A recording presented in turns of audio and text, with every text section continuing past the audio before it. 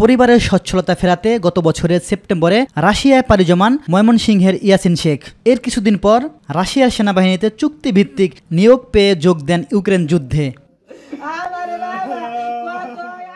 যুদ্ধে মিসাইলের আঘাতে নিহত ইয়াসিনের মরদেহ ফিরে পেতে সরকারের হস্তক্ষেপ কামনা করেছে তার পরিবার। যে ইয়াসিনের লাশটা যদি কোনোভাবে পাওয়া যায় এবং তার যে কোনো ছিন্ন বিচ্ছিন্ন অংশ রাষ্ট্রীয়ভাবে আমাদের যে স্বীকৃতি পায় এবং আমরা যেন একটি আল্লাহর কাছে যেমন কোনো জানাজা এবং গায়বী জানাজা দিতে পারি।